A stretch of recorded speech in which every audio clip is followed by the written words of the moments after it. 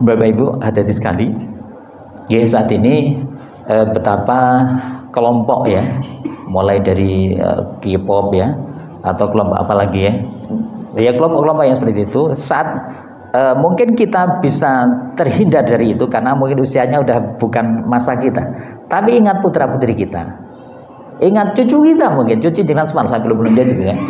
Jadi mereka sampai, kalau sudah sampai ke sana, ingatkan Hena, Endo, gitu, Hele, gitu ya. Kalau kamu menyerupai mereka, mencintai mereka, misal K-pop tadi ya, maka kamu menjadi bagian mereka. Padahal kita tahu persis mereka adalah normal orang-orang kafir kan gitu ya. Ini harus kita kuatkan, nggih.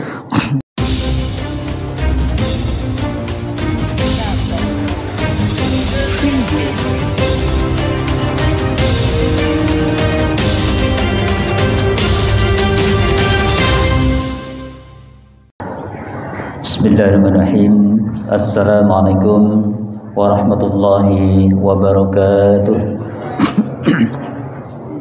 A'udzu billahi minasyaitonir rajim. Bismillahirrahmanirrahim. Alhamdulillahirabbil alamin. Bapak Ibu jamaah Masjid Ukhuwah Islamiyah, marilah silaturahim dan majelis taklim kita ini kita awali dengan sama-sama baca basmalah. Bismillahirrahmanirrahim. Bapak Ibu yang Allah, pada kesempatan malam hari ini lagi-lagi kita masih di kitab Bulughul Maram, bab Kitabul Jami' gitu ya. Dan bab malam ini kita bicara masalah bab zuhud dan wara gitu ya. Seringkali ada kesalahan yang dipahami oleh umat Islam terkait masalah zuhud ini ya. Jadi zuhud ini seolah-olah kita diperintahkan untuk meninggalkan dunia gitu ya. Dan zuhud ini tidak boleh kaya, itu salah gitu ya. Jadi harus boleh kita luruskan tentunya dengan hujjah, dengan dasar yang Rasulullah telah sabdakan di hadis-hadis beliau ya. Jadi dalam kitab ini disebutkan bahwa zuhud adalah meninggalkan yang haram ya. Lagi-lagi meninggalkan yang haram dan lebih percaya terhadap apa yang ada di tangan Allah daripada apa yang ada di tangan manusia ya. Jadi artinya ini pertama, zuhud itu senantiasa meninggalkan yang haram. Saat kita memahami bahwa sesungguhnya rizki itu telah Allah putuskan, telah Allah tetapkan pada saat kita ditiupkan ruh ya, sebelum kita dilahirkan, itu diantaranya rizki telah Allah tentukan. Bahkan semua jatah rizki ini tidak akan mungkin salah alamat gitu ya. Setelah memahami seperti ini, maka tentunya kita tahu bagaimana untuk mendapatkan hal tersebut ya. Artinya rezeki yang jatah kita ini terserah kita, mau kita dapatkan dengan cara yang halal atau dengan jalan yang haram. Maka tentunya orang yang memahami keimanan dan ingin melaksanakan zuhud ini, beliau akan senantiasa ingin meraih yang namanya rezeki yang jatahnya masing-masing ini itu dengan cara yang halal. Artinya meninggalkan yang haram, itu yang pertama. Kemudian yang kedua yakni orang zuhud ini dia percaya terhadap apa yang ada di tangan Allah gitu ya. Jadi yakin betul bahwa Allah akan berikan apa yang semestinya menjadi hak kita. Satu. Kemudian yang kedua, senantiasa percaya bahwa sesungguhnya Allah telah janjikan banyak sekali kemuliaan buat orang-orang yang senantiasa melakukan satu kebaikan. Itu zuhud gitu ya.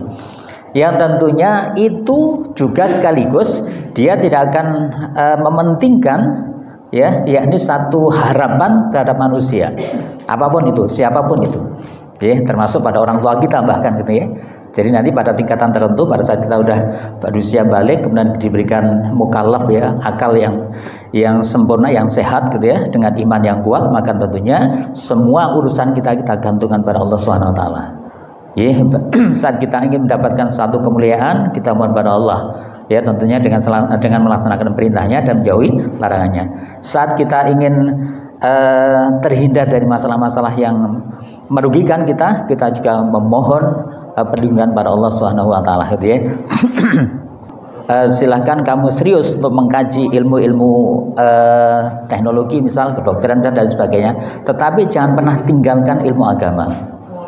Ya, faktanya apa? Saya jumpai kalau kita mengaca dari dua teman ini ya, dia sudah sedemikian rupa ya dalam satu gelarnya dokter, tetapi belum sampai, mungkin cita-citanya belum nyampe gitu ya.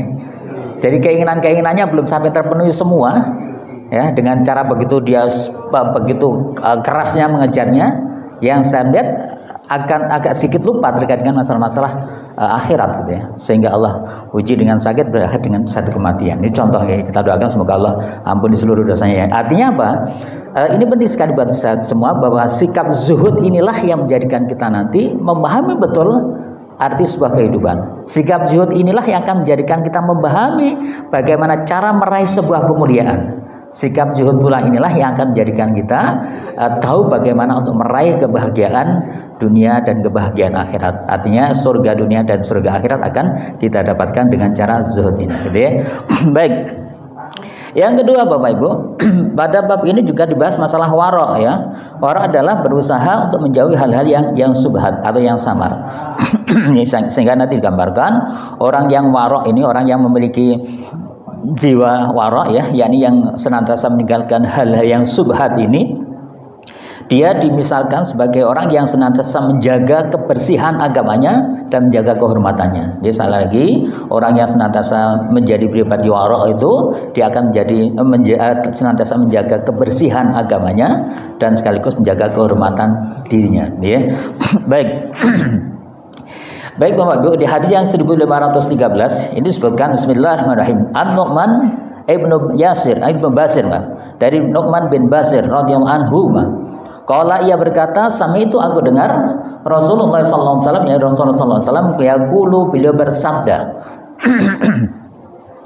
Kemudian sampai dikatakan wa ahwa Nu'man bi isba'ihi ila udunaihi. Jadi sampai si Nu'man ini dia meletakkan dua tangan jarinya di telinga jari beliau. Artinya untuk memberikan satu penegasan ini begitu pentingnya hadis ini. Apa yang disabdakan Rasulullah, yakni innal halalan bayyinun ya. Jadi sesungguhnya yang halal itu jelas. Ya, ini sebenarnya hadis ini pernah kita bahas di kitab yang pertama ya, kitab Al-Wafi kemarin ya. Jadi disebutkan bahwa innal halala bayyinun, sesungguhnya yang halal adalah jelas. Kemudian wa inna haraman bayyinun, yang haram pun sesungguhnya yang haram juga jelas. Wa bainahuma, yang diantara duanya, artinya tidak jelas halal dan haramnya ya, tidak halal juga tidak haram ya, atau belum jelas halal dan belum jelas haramnya, itu disebut dengan mustabihat, yakni masalah yang subhat atau yang samar. Dan masalah samar ini Bapak, itu perlu satu kajian yang begitu mendalam, yang nantinya apakah dia menjadi kelompok halal atau kelompok yang haram. Sehingga disebutkan di sini la ya'lamuhunna katsiran minan nas. Jadi tidak banyak orang ya, atau sebagian besar orang tidak memahami terkait dengan masalah-masalah subhat ini. Ya, sehingga karena ini sesuatu yang samar dan tidak banyak diketahui, maka yang diperintahkan Rasulullah famanittaqa subhat, dan barang siapa menjaga dari hal yang subhat ini faqadistabara'a lidinihi wa irdihi, sungguh dia telah menjaga kebersihan agamanya sekaligus menjaga kehormatan dia. Ya subhanallah, lagi-lagi ini bagian pertama yang ditegaskan Rasul dalam hadis ini, yaitu sungguhnya halal itu jelas, haram itu jelas ya. Saya yakin kita semua paham masalah ini ya. Kemudian diantara yang tidak jelas halal haramnya itu namanya subhat. Dan masalah subhat ini lagi-lagi butuh kajian begitu serius untuk bisa menegaskan apakah dia halal atau haram. Kenapa? Karena sesungguhnya tidak banyak orang yang tahu. Ini butuh ilmu gitu ya. Sehingga Rasulullah memberikan satu penegasan, barang siapa yang menjaga masalah subhat, sungguh dia telah menjaga kehormatan, kebersihan agamanya dan kehormatan dirinya ya. Kemudian Bapak Ibu Allah, maka di sini disebutkan di dalam masalah subhat ini. Jadi waman waqa'a fi subhah ya, dan barang siapa yang masuk dalam bagian subhat ya, dan barang siapa yang masuk di wilayah subhat, yang perhatikan bahasa Rasulullah, waqa'a fil haram, sesungguhnya dia telah masuk di bagian yang haram. Jadi artinya Bapak Ibu, masalah subhat ini lagi-lagi ini lebih dekat pada hal yang haram gitu ya. Kemudian dikiaskan atau dimisalkan Rasul dengan sebuah karra'i yar'a haula hima, seperti halnya seorang raja ya, yang dia memiliki seperti seorang gembala maksudnya ya, seperti seorang penggembala yang dia menggembala di sekitar daerah yang terlarang ya. Apa yang terjadi?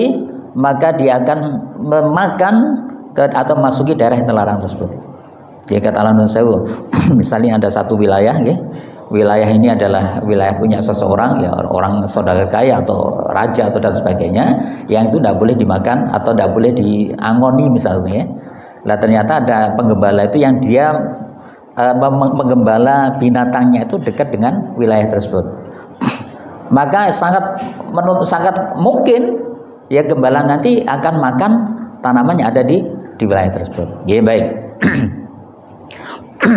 Sehingga Bapak Ibu disebutkan yusiku ayyaqa fihi. Ala ketahuilah wa inna likulli malikin himmin, gitu ya. Jadi atau hima, gitu ya. Ketahuilah bahwasanya setiap raja itu punya hima. Hima itu apa istilahnya, gitu? Daerah terlarang, gitu ya. Jadi setiap raja itu punya aturan bahwa ini adalah sebuah larangan, ya. Atau bahkan setiap penguasa mengatakan bahwa ini adalah daerah yang tidak boleh dimasuki, gitu misalnya. Pemisalan ini dimasukkan dengan untuk Allah dan ketahuilah wa inna himallahi, bahwa sesungguhnya larangan Allah atau himanya Allah atau batasan Allah apa itu muharimuhu, barang yang diharamkan. Ya, artinya di sini kalau raja tadi dia memiliki satu wilayah yang terlarang atau daerah terlarang atau wilayah terlarang atau undang-undang terlarang misalnya, gitu ya, maka Allah pun juga memiliki hima, ya, wilayah yang terlarang apa itu barang yang diharamkan. Artinya barang yang haram itu harus kita tinggalkan, ya. Itu menjadi himanya Allah. Kemudian di akhir hadis ini Rasulullah mengingatkan kita tentang satu hal. Ala ketahuilah wa inna, dan sesungguhnya fil jasadi, di dalam jasad itu mudghah, ada segumpal daging. Ya, ada segumpal daging. Kemudian sebutkan idza sholahat, ketika segumpal daging itu baik, sholahal jasadu kullu, maka baiklah seluruh jasadnya. Ya, artinya segumpal daging itu kalaupun dia baik, ya, maka seluruh fisik ini menjadi baik, seluruh jasad menjadi baik. Ya, artinya otaknya jadi baik, matanya jadi baik, lisannya jadi baik, gitu, ya. Artinya maksudnya apa? Artinya kalau itu baik misalnya, ya, yang segumpal daging tadi ini, itu matanya tidak akan melihat hal-hal yang tidak bermanfaat atau melihat hal yang halal misalnya. Kemudian otaknya juga mikir yang baik-baik saja, gitu, ya. Hatinya pun kemudian langkahnya pun itu juga menuju hal yang baik, ya. Nun saya seperti jenengan semua ini yang rawat di majelis ilmu seperti ini, ya, itu menunjukkan bahwa segumpal dagingnya ini adalah baik. Itu semuanya Bapak, termasuk tangan ini akan jadi baik kalau segumpal daging tadi baik. Ya, dia akan ngambil yang bukan haknya. Dia mohon maaf kalau mau dahar pakai tangan kanan misalnya. Kemarin kita paham, ya. Jadi adalah kalian makan dengan tangan dan minum dengan tangan kanan. Kenapa? Karena makan yang tangan kiri itu adalah makannya apa kemarin? Syaitan. Gitu, ya. Ini penting sekali. Coba kami ingatkan. Ya, itu sangat tergantung dengan segumpal daging tadi, gitu, ya. Yan mudghah. Kemudian diingatkan pula wa idza dan segumpal daging itu misal fasadat, dia rusak, ya. Yang terjadi fasadal jasad kulluh, maka seluruh jasadnya akan rusak. Ya, artinya kebalikannya Bapak Ibu, kalau segumpal daging tadi itu rusak, maka pikirannya ngeres, gitu, ya. Yang dilihat tuh pengen sesuatu yang tidak baik misalnya, yang diomongkan dengan omong-omongan yang kotor, ya, atau bahkan kadzib, ya, berbohong dan sebagainya. Kenapa? Karena ada satu segumpal daging yang kotor tadi. Baik. Apa segumpal daging itu? Disebutkan ala ketahuilah wahia, yakni segumpal daging itu adalah al-qalbu, yakni hati. Ya, muttafaqun alaih, hadis ini diriwayatkan Imam Bukhari dan Muslim. Artinya Bapak Ibu, ini memberikan satu penegasan buat kita semua di bagian akhir tadi. Ada hati yang harus senantiasa kita perhatikan. Ada hati yang harus senantiasa kita pelihara kebaikannya. Ada hati yang senantiasa perlu kita rawat sedemikian rupa, kita jaga sedemikian rupa, sehingga nantinya seluruh apa yang terjadi dalam fisik diri kita akan jadi sangat baik semua. Yakni solahal jasadu kulluh. Baik Bapak Ibu Allah, hadis ini Ini disebutkan di dalam penjelasan kitab ini bahwa imam sepakat, ijma ya, sepakat terhadap keagungan hadis ini. Ya, lagi-lagi para imam, berarti imam madhab tadi itu sepakat terkait dengan Imam Syafi'i, Imam Hambali, Imam Hanafi ya, dan Imam Maliki ya, itu beliau sepakat terhadap keagungan hadis ini. Ya, artinya beliau tidak berselisih terkait dengan hadis ini. Ya, dan bahwa yang termasuk hadis-hadis yang menjadi menjadi poros kaidah-kaidah Islam di hadis tersebut, di hadis ini. Mulai dikupas ya, misal sabdanya yang halal itu jelas, maksudnya adalah Allah dan Rasulnya sudah menjelaskan. Makanannya halal itu jelas ya, minumannya halal, pakaiannya halal, pekerjaannya halal, aktivitas yang halal itu Allah jelaskan dengan jelas. Kemudian di antara keduanya yang haram juga seperti itu. Di antara keduanya itu ada namanya subhat atau samar. Maksudnya disebutkan di sini diragukan kehalalan dan keharamannya. Jadi halal dan haramnya belum jelas, itu namanya subhat, itu namanya samar. Sehingga disebutkan yang tidak diketahui oleh kebanyakan manusia. Kenapa? Karena lagi-lagi butuh ilmu untuk memutuskan ini halal atau haram. Ini banyak sekali insyaallah masalah-masalah ini, sehingga disebutkan barang siapa yang menjaganya atau menjauhinya, maka dia telah membersihkan agamanya dan menjaga kehormatannya. Subhanallah, lagi-lagi Bapak Ibu, kalau kita ingin memiliki kemuliaan baik di sisi agama kita maupun diri kita, maka kita diperintahkan untuk senantiasa menjauhi barang-barang yang subhat gitu ya, apalagi yang haram gitu ya. Inilah yang disebut dengan wara' gitu ya. Jadi tadi itu tentang waro ya. Jadi dia hati-hati betul terkait dengan seluruh aktivitas, apa yang dimakan, ada yang minum, apa yang dikerjakan, apa yang diucapkan, apa yang dilihat, semua aktivitas dia berhati-hati sekali kalau tidak jelas kehalalannya ditinggalkan. Karena orang-orang seperti ini bersikap bahwasanya manakala beraktivitas atau melakukan hal-hal yang subhat, maka dia telah masuk pada bagian yang haram. Kemudian dilanjutkan, dan barang siapa memasuki subhat, maka dia telah memasuki keharaman. Ini jelas diingatkan oleh sepindahannya penggembala yang menggembala di sekitar daerah terlarang, yang dikhawatirkan dia akan jatuh ke dalamnya atau makan bagian yang terlarang tersebut. Lagi-lagi ini adalah petunjuk untuk menjauhi hal-hal yang akan menyebabkan kepada yang haram. Jadi Bapak Ibu, ini jelas sekali saat kita memahami bahwa haram adalah sesuatu yang harus kita hindari, maka apapun yang menuju ke sana juga harus kita hindari. Walaupun hal itu tidak diharamkan tadi agar dia tidak terjerumus ke dalam kedurhakaan tersebut. Kemudian lanjutannya, sabdanya beliau, ingatlah bahwa setiap raja itu memiliki daerah terlarang. Dan ingat pula daerah terlarang Allah adalah perkara-perkara yang diharamkannya. Artinya jelas sekali. Jadi kalau kita mau jujur Bapak Ibu, sesungguhnya yang dilarang Allah itu tidak banyak. Tidak banyak. Contoh misalnya dengan dahar apapun atau itu bebas gitu ya. Kecuali babi, dede misalnya. Begitu juga jangan minum apapun boleh, kecuali yang dilarang minuman keras misalnya. Artinya tidak banyak yang dilarang. Jangan bekerja apapun boleh gitu dan seterusnya. Artinya kalau kita perhatikan betapa rahmat Allah, betapa kasih sayang Allah itu, Allah hanya larang yang sedikit, tapi Allah perintahkan atau memberikan kemudahan yang banyak. Sehingga bahasa Rasulullah, jadi apa-apa yang aku perintahkan laksanakan semampu kalian. Bahasa Rasulullah kan sedangkan apa-apa yang aku larang tinggalkan, selesai. Jadi jangan dibalik Bapak Ibu Jadi nanti jangan dibalik, apa-apa yang aku larang tinggalkan semampu kalian. Wah, bahaya nanti. Gitu ya. Nanti hanya ngicipi homer gitu ya, ngicipi babi. Jangan, nggak boleh. Jadi itu yang harus kita perhatikan terkait dengan hal ini. Baik, Bapak Ibu Allah, kemudian yang disebutkan tadi, dan terakhir disampaikan, ketahuilah bahwa di dalam tubuh ada segumpal daging yang jika ia baik maka seluruh tubuh akan baik, dan jika ia rusak maka seluruh tubuh akan rusak. Ketahuilah itu adalah hati. Lagi-lagi hati itu penting lagi untuk senantiasa kita jaga Bapak Ibu. Makanya ada istilahnya tazkiyatun nafas ya. Tazkiyah itu membersihkan hati gitu ya. Sehingga Bapak Ibu, hati ini dalam bab ini dikhususkan dalam hal itu karena apa? Karena dia pemimpin tubuh kita. Hati adalah pemimpin tubuh kita.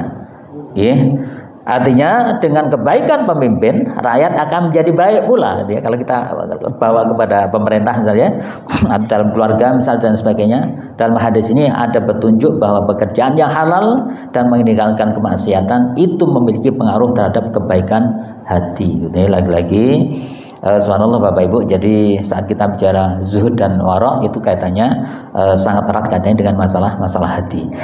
Baik. Berikutnya Bapak Ibu, ini udah dua bab ya bersamaan. Berikutnya yakni Rasulullah SAW itu mengingatkan ya, atau bahkan mewarning gitu ya terhadap umatnya terkait mereka yang suka menjadi hambanya duniawi gitu ya. Bismillahirrahmanirrahim. Wa an Abi Hurairah, yang dari Abi Hurairah radhiyallahu anhu qala, beliau berkata, qala bersabda Rasulullah sallallahu alaihi wasallam, ya Rasulullah sallallahu alaihi wasallam. Apa yang disabdakan Rasulullah? Tasya. Ya, celakalah. Tasya, celakalah. Ta'isa, celakalah. Apa itu? Abdud dinar, yakni para hamba-hamba dinar. Wa dirham, dan dirham. Wal qatifah, dan kain bludru. Ya, disebutkan di sini ada tiga, yakni celakalah orang yang menjadi hambanya dinar, dirham maupun kain bludru. Dinar itu identik dengan emas, ya, dirham identik dengan perak, kemudian kain bludru identik dengan pakaian-pakaian yang mewah, gitu ya. Dan dia menjadi hambanya dia, gitu ya. Kemudian in utiya radiya, jika diberi ia rela, wa illam yu'ta, dan jika dia tidak diberi, lam yardha, mereka tidak rela. Artinya orang-orang penghamba terhadap dunia ini, kalau diberi dia senang, kalau tidak diberi dia memusuhi, gitu ya. Ini harus riwayat Imam Bukhari. Baik. Baik Bapak Ibu Allah, penjelasan hadis ini, yang dimaksud dengan hamba dinar dan dirham adalah orang yang dunia sudah menjadikan sebagai budak dengan mencarinya. Ya, pokoknya pulang pagi, berangkat pagi pulang malam, atau berangkat malam pulang pagi misalnya. Dan yang dikejar hanya duniawi saja. Ini tidak boleh. Lagi-lagi itu menjadi penghamba duniawi, maka Rasulullah ingatkan dengan celakalah orang yang menjadi penghamba dunia, gitu ya. Yang ini bisa dimaknai dunia berarti semuanya, termasuk juga jabatan dan sebagainya, ya.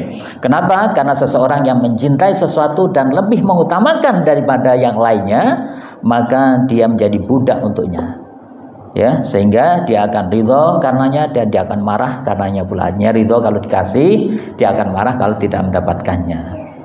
Ya, ini saya pikir banyak sekali ya, ini kaitannya terkait dengan sikap zuhud kita.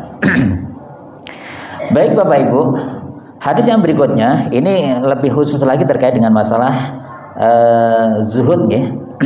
Karena penjelasannya terkait dengan ayat Al-Quran, ya, di surat Ar-Ra'd ayat 26, a'udzubillahi minasyaitonirrajim, disebutkan wa mal hayatud dunya fil akhirah illa mata'ul. Kehidupan dunia itu dibanding dengan kehidupan akhirat hanyalah kesenangan yang sedikit. Baik.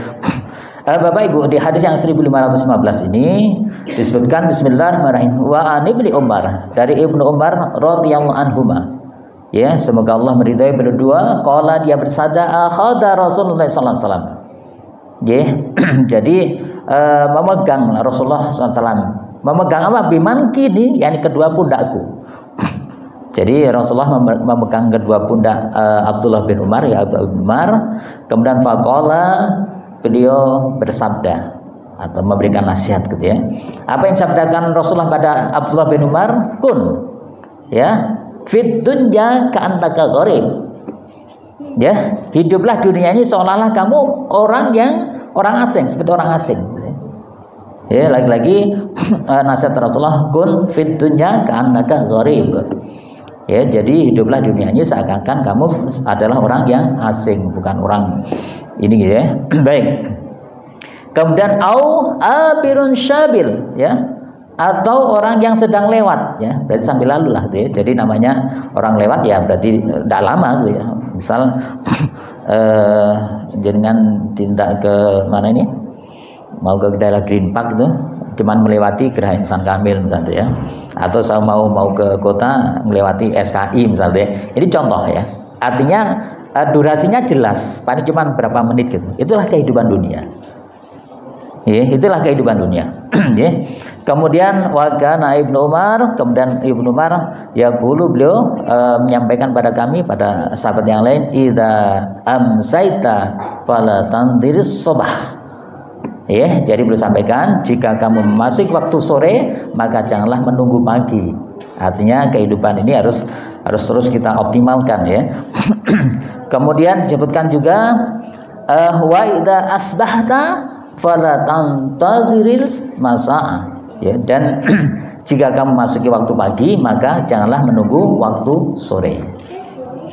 Ya, kenapa disebutkan sini wahud min sihhatika lisaqamika. Ya, jadi ambillah kesempatan dari masa sehatmu untuk masa sakitmu. Wa min hayatika limautika, dan dari masa hidupmu untuk matimu. Baik Bapak Ibu, ini perlu kami tegaskan lagi ya, beberapa kali sebuah nasihat dari seorang ulama ya, beliau sampaikan bahwa termasuk Imam Syafi'i, beliau mengatakan bahwa waktu itu hanya ada 3 ya, berkali-kali yang sampaikan, apa itu kemarin, hari ini, dan besok.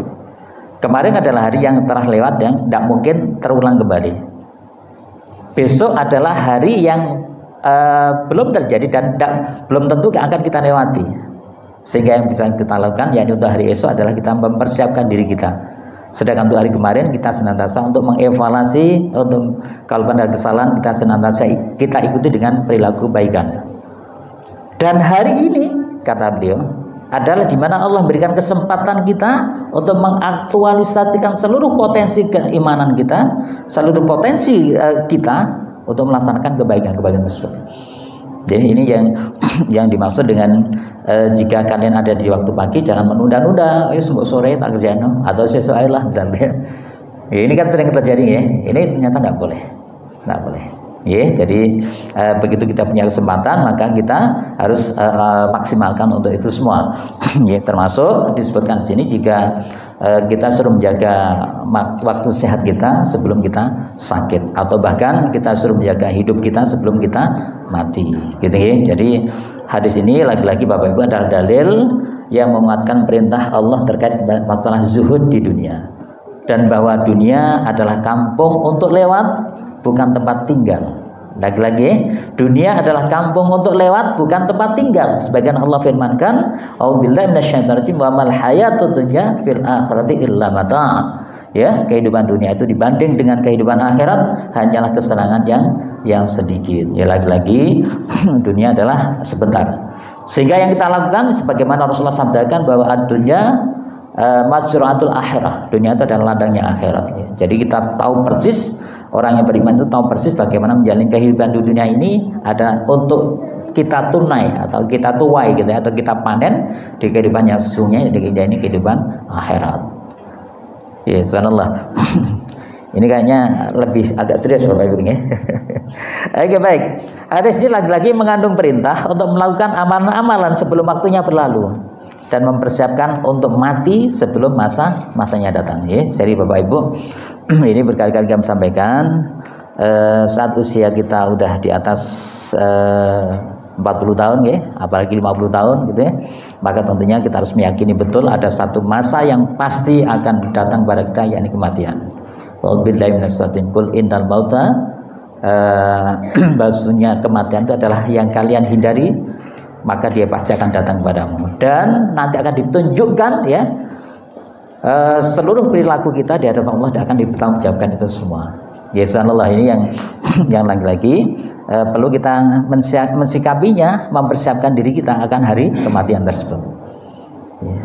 Dan Bapak Ibu ini, jadi yang perlu kita pahami sebagaimana disabdakan Rasulullah ya, jadi nanti ciri orang yang berakhir dengan husnul khotimah itu dia akan melakukan amalan-amalan kebaikan sebelum menjalankan kematian ya.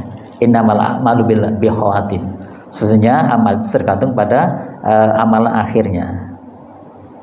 Ini penting buat kita semua ya. Jadi kita mulai membiasakan diri memiliki habit, kita membiasakan kebaikan. bangun tidur mulai katakanlah kalau kita itu mulai sebelum subuh itu ya, berkesempatan sholat tahajud sebentar ya 2 rakaat misalnya ya, kemudian bisa sholat sunnah 2 rakaat, sholat subuh dan seterusnya, ini dibiasakan hal seperti itu. Insya Allah kalau itu sudah menjadi kebiasaan kita, pada saat kita sakit pun misal, atau bahkan kita tidak sadar pun, yang muncul adalah kebaikan-kebaikan tersebut. Ya, saya berkali-kali menjumpai bapak ya, ada saudara itu yang dia sempat kena kayak tremor gitu ya, tapi di sisi pikiran, jadi nggak sadar. Tapi karena kebiasaannya baik, yang muncul adalah kebaikan-kebaikan. Dia zikir gitu ya. Dan saya tunggu tak imam sih. Jadi bahasanya, jadi yang muncul adalah kebaikan-kebaikan, Bapak. Kebaikan subhanallah. Itu tidak lepas dari apa yang biasa mereka lakukan. Sehingga kalau jenengan ingin tidak istilahnya tidak terbuka aibnya ya gitu ya, karena gitu kan nggak sadar ya udah lakukan kebaikan-kebaikan terus, insya Allah nanti Allah akan jaga hal itu. Di saat yang sama juga kita jumpai orang yang mohon maaf ya, di posisi tidak sadar yang muncul adalah kata-kata kotor dan sebagainya, ada bahkan banyak. Sehingga monggo Bapak Ibu, lagi-lagi zuhud itu mengingatkan kita terkait dengan kematian ya. Sehingga kalaupun Rasulullah bersabda idza mata ibnu adama in qata'a gitu ya, di hadis yang kemarin kita bahas ya, ketika anak Adam atau meninggal maka terputus seluruh amalnya kecuali tiga perkara. Pertama, shadaqatin jariyah. Ya, kemarin sudah kita bahas sedekah adalah kullu ma'rufun. Setiap kebaikan adalah sedekah ya. Maka lagi-lagi seluruh kebaikan-kebaikan seluruh hidup kita buat kebaikan. Ya, baik dengan amal, dengan harta kita, dengan jiwa kita maupun dengan perbuatan kita. Ya, kullu sedekah jariyah. Kemudian yang kedua apa? Au ilmin yuntafa'u bih, ilmu yang bermanfaat. Jadi Bapak Ibu, sampai Rasulullah itu ingatkan kita balighu anni walayah. Ini menjadi tagline-nya Abah Tatang ya, balighu anni walayah gitu. Saya lihat ini ya. Ini menunjukkan bahwa sebenarnya satu ayat pun yang kita terima menurut saya dari majelis ilmu seperti ini, udah yang jangan pahami tadi apa itu sampaikan subhanallah. Kemudian dipahami orang itu menjadi yang bermanfaat. Ya. Sehingga kenapa pada saat putra-putri kita lahir itu Rasulullah sunnahkan ya untuk diadzani dan diiqamah itu ya. Itu harapannya nanti menjadi sedekah jariyah buat kita orang tua terhadap misal nanti putra-putri kita berperilaku yang baik, subhanallah. Ya, ini penting ya. Kemudian yang ketiga adalah waladun sholih yad'ulah. Nun sewu. Jadi lagi-lagi syaratnya adalah anak soleh, bukan sembarang anak gitu ya. Bukan anak, bukan waladun yad'ulah, bukan anak yang mendoakan, tidak seperti itu, tapi waladun soleh, anak yang soleh yang mendoakannya. Maka menjadi kewajiban orang tua untuk mempersiapkan 3 hal tersebut ya, agar kematian kita penuh dengan kemuliaan, agar kematian kita tidak menjadikan amal kita terhenti, melainkan terus berjalan, baik dengan sedekah jariyah, dengan ilmu yang bermanfaat maupun dengan anak soleh yang senantiasa mendoakan kita. Dan Bapak Ibu, konsepsi anak soleh itu bukan berhenti di anak kita, termasuk cucu kita nanti. Sehingga betapa indahnya kalau jangan punya putra, gak usah banyak-banyak, 2 saja misalnya, dua-duanya soleh ya. Kemudian mereka punya anak 2 lagi, cucu jenengan menjadi 4 ya, soleh 6, punya cicit ya, masing-masing 2 misalnya, 8, jadi 14 soleh semua, subhanallah. Ini terus Bapak nggih. Wadun soliyatullah. Sehingga benar-benar ini menjadi hal yang serius buat kita untuk menjadikan putra-putri yang soleh dan solihah yang nanti akan senantiasa mendoakan kita semua. Apakah semua putra-putri soleh? Tidak, banyak yang gagal orang tua. Banyak orang tua yang gagal. Sehingga saya berharap dari majelis ilmu kita ini kita diberikan kekuatan Allah untuk menjadikan putra-putri yang soleh dan solihah. Allahumma amin. Gitu ya. Baik. Bapak Ibu Allah, kemudian hadis berikutnya ini bicara terkait dengan satu peringatan pula ya. Jadi Rasulullah itu ada ajakan dan peringatan gitu ya. Apa yang diberikan Rasulullah? Yani sesungguhnya orang yang menyerupai satu kaum, maka dia adalah bagian kaum tersebut ya. Bismillahirrahmanirrahim. Wa an Ibnu Umar, dari Ibnu Umar radhiyallahu anhu, qala, ia berkata, qala bersabda Rasulullah sallallahu alaihi wasallam, yang Rasulullah sallallahu alaihi wasallam, man tasyabbaha biqaumin ya, barang siapa menyerupai suatu kaum, fahuwa minhum, maka dia termasuk di antara mereka ya. Bapak Ibu hati-hati sekali. Ya, saat ini betapa kelompok ya, mulai dari K-pop ya, atau kelompok apa lagi ya, ya kelompok-kelompok yang seperti itu. Saat mungkin kita bisa terhindar dari itu karena mungkin usianya udah bukan masa kita. Tapi ingat putra putri kita, ingat cucu kita, mungkin cucu dengan smart saya belum juga ya. Jadi mereka sampai, kalau sudah sampai ke sana, ingatkan Hena, Endo, gitu, Hele, gitu ya. Kalau kamu menyerupai mereka, mencintai mereka, misal K-pop tadi ya, maka kamu menjadi bagian mereka. Padahal kita tahu persis mereka adalah orang-orang kafir kan gitu ya. Ini harus kita kuatkan, gitu. Baik. Sehingga Bapak Ibu, hadis ini adalah dalil pengharaman menyerupai orang-orang kafir, gitu. Hadis ini saya ulangi, dalil pengharaman menyerupai orang-orang kafir dan orang-orang fasik, ya. Dalam hal pakaian, perhatikan ya, kendaraan maupun mereka, atau dalam perilaku mereka. Oke, subhanallah ya Bapak Ibu, ini penting sekali karena saat ini kita bicara masalah zuhud dan wara gitu ya. Baik. Kemudian berikutnya Bapak Ibu, yakni satu ketika Rasulullah dengan Ibnu Abbas ya. Ibnu Abbas ini sepupu beliau, putranya Abbas bin Abdul Muthalib ya. Yang beliau ini lahir di 2 tahun sebelum terjadi hijrah ya. Berarti dikisahkan hadis ini usia beliau antara 7 atau 8 tahun, 7 tahunan lah gitu ya. Jadi berada di Madinah setelah 5 tahun hijrah gitu ya, tahun ke-5 hijrah. Apa yang disabdakan Rasulullah terhadap Ibnu Abbas saat sepupu beliau ini? Bismillahirrahmanirrahim. Wa an Ibnu Abbas, dari Ibnu Abbas radhiyallahu anhu. Jadi saya 7 tahun dan menjadi perawi hadis. Gitu ya. Qala, ia berkata, kuntu khalfun Nabi sallallahu alaihi wasallam yauman ya. Jadi pada suatu hari aku pernah di belakang atau dibonceng oleh Rasulullah. Ya, jadi ini dikisahkan bahwa Ibnu Umar itu duduk di belakang Rasulullah dibonceng dan dikisahkan naik keledai gitu ya. Jadi Rasul di depan dan si Ibnu Abbas ini di belakang. Faqala, kemudian Rasulullah bersabda, ya gulam, wahai pemuda, wahai anak muda, ihfadillah, jagalah Allah, yahfadka, maka Allah akan menjagamu. Jadi lagi yang pertama adalah jagalah Allah, niscaya Dia akan menjagamu. Artinya apa Bapak Ibu? Di sini kita menjaga Allah itu berarti kita senantiasa melaksanakan perintah Allah dan menjauhi larangan Allah ya. Semuanya yang terkait dengan Allah itu kita jaga, maka Allah akan menjaga kita. Itu pasti. Kemudian yang berikutnya ihfadillah ya. Kemudian niscaya kamu akan jagalah ya. Niscaya menjaga Allah. Jagalah Allah gitu. Ya, ihfadillah, jagalah. Tajidhu tujahaka. Ya, jagalah Allah, maka niscaya engkau akan mendapatkannya di hadapanmu. Jadi artinya kalau kita menjaga Allah, maka Allah akan datang, ya, senantiasa membersamai kita. Wa idza sa'altu fas'alullah. Ya, dan jika engkau meminta sesuatu, maka mintalah kepada Allah. Wa idza ista'anta fasta'in billah.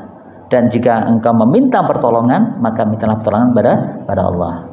Ya, jadi Bapak Ibu Allah, ini satu hal yang luar biasa yang disabdakan Rasulullah pada Ibnu Abbas, yang beliau sabdakan jagalah Allah, maksudnya adalah jagalah hukum-hukum Allah, perjanjian-perjanjian dengan Allah, perintah-perintah Allah, larangan-larangan Allah, itu menjaga Allah. Maka Allah akan menjagamu dalam hal agamamu, duniamu, akhiratmu, dan akan memberikan balasan kepadamu. Ya, jika engkau meminta sesuatu, maka mintalah kepada Allah. Dan jika meminta pertolongan, maka mintalah pertolongan kepada Allah. Sebutan gitu ya. Dalam urusan-urusanmu, baik urusan agama maupun urusan akhirat. Sebagaimana Allah firmankan di dalam surat Al-Fatihah, iyyaka na'budu wa iyyaka nasta'in. Hanya kepada Engkau ya Allah kami menyembah, dan hanya kepada Engkau kami mohon pertolongan. Ya, semoga Allah berikan kekuatan kita sehingga kita senantiasa mampu melaksanakan hal zuhud ini gitu ya. Jadi seberapa kekayaan kita tidak menjadikan kita awah, seberapa kemiskinan kita juga tidak menjadikan kita awah gitu ya. Yang muncul adalah rasa syukur dan rasa sabar. Semoga memberikan kekuatan kita sehingga kita menjadi pribadi yang zuhud dan wara. Allahumma amin. Alhamdulillahirabbil alamin. Saya mohon maaf. Ihdinas siratal mustaqim billahi taufiq wal hidayah. Wassalamualaikum warahmatullahi wabarakatuh.